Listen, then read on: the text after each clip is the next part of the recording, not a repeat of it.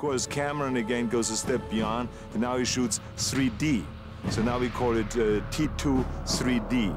In order to create the illusion of live actors jumping into a movie screen, Universal Studios Hollywood set out to create a realistic 3D film that would sweep the audience into the heart of Terminator's future war.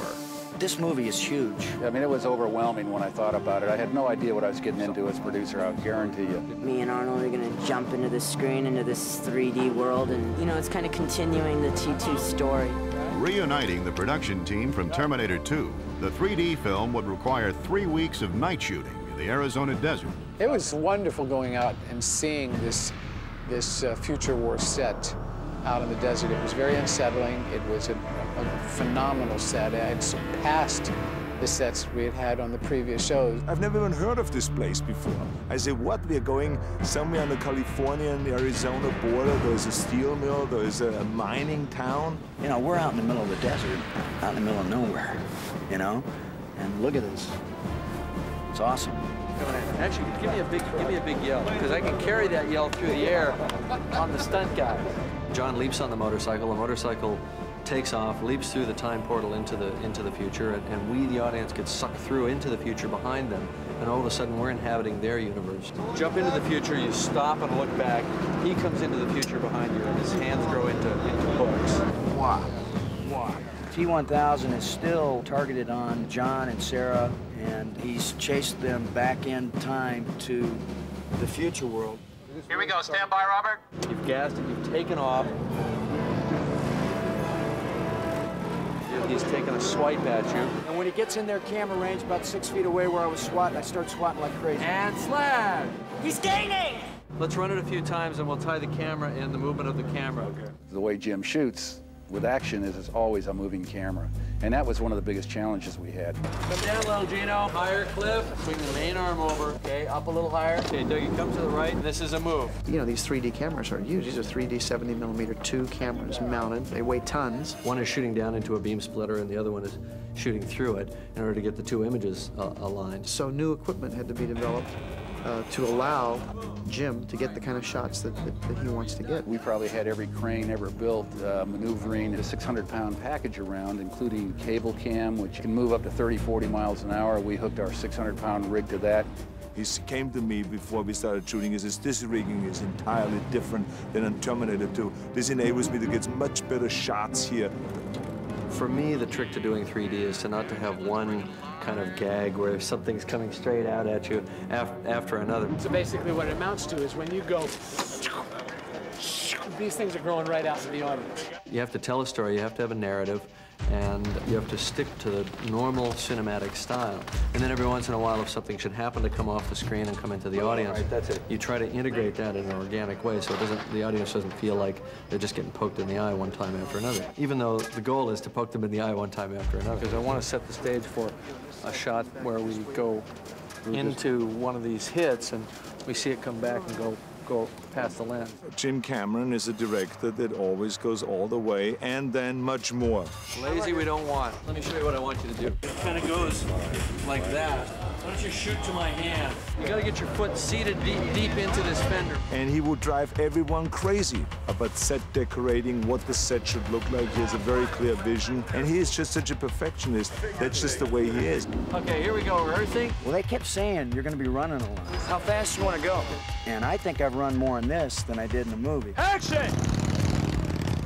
The wheels of the T-1000 really get stiff. But so far, I haven't let myself down. I caught him a mile up the road there. There's a lot of running, escaping, trying to hide, trying to get away from the enemy and all those things. So I have to practice the spinning of the gun in a very efficient way and in a very accurate way in order to really sell the idea that it's a machine that I am rather than a regular human being. Careful, I don't we need that camera. Then I have this gun with me in the car, I have it in the office, I take it with me everywhere just so I practice all the time so it again becomes second nature. That's fabulous. You cock the gun, fire again. His head comes open into the sauce head effect, which does stop him. He tumbles and falls. You're going to see it blast open, and this guy will be going down on the ground. Ready, and action! All right! Let's bet you. We just want to do one more. I want to lessen this fire. And then we're on to the next shot. Do one where we start on the robot. We have now that opportunity to take something we have developed to a certain extent and now develop it even a little bit further. We, of course, are bringing the endoskeleton back to life. We have walking rigs that are carried on Shane Mahan's shoulder. We have the endoskeleton attached to a crane arm. We use all of these different methods to take this, this machine that's supposed to be able to walk on his own and assimilate his walk. Now the body is going to surge up and forward and down. And down. Right. And you're going to wind up in this position.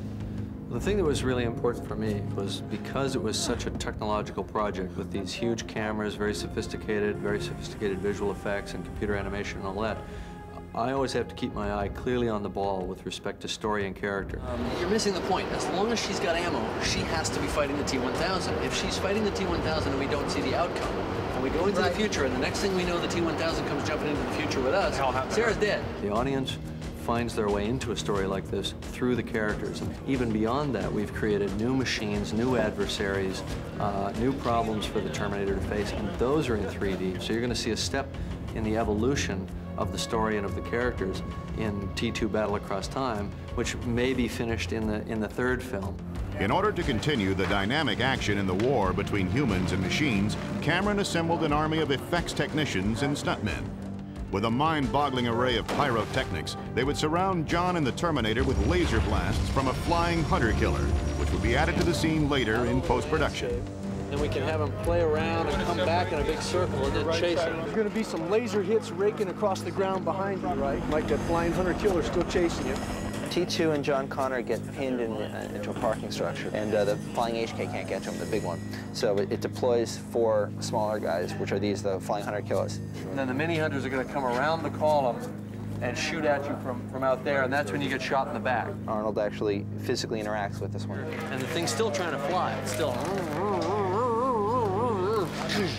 So you have to do, quit your whining, bam. But the actual flying ones that are in the scenes will be completely 100% computer generated. Yeah, and what we should do is time it so that it's chasing them, boom, boom, boom, boom. They pass this, boom, it's behind them. Once you get right here, the top of that building's gonna go right there. 100 gallons of gas, okay? Top of the metal building.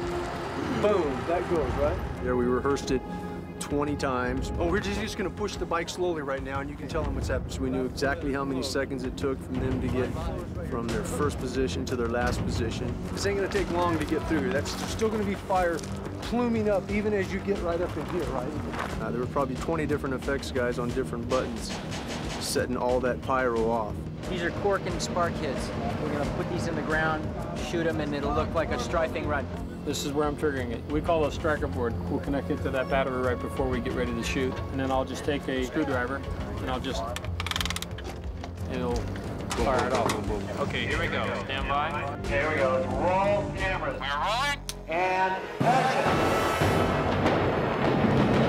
That was a nice explosion.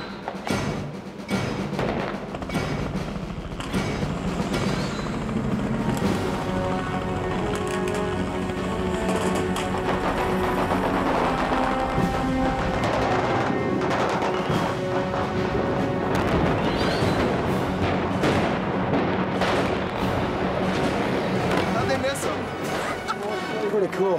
This whole run is only 12 seconds. It's getting hectic.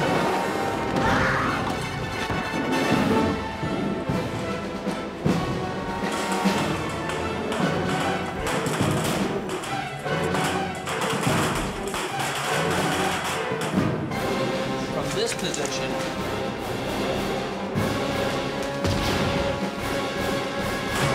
get down.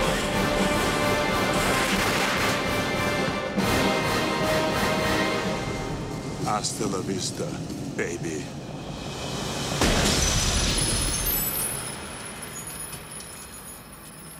When we come back, we'll see how Universal Studios Hollywood faced the challenge of putting it all together for an experience that's breaking the screen barrier.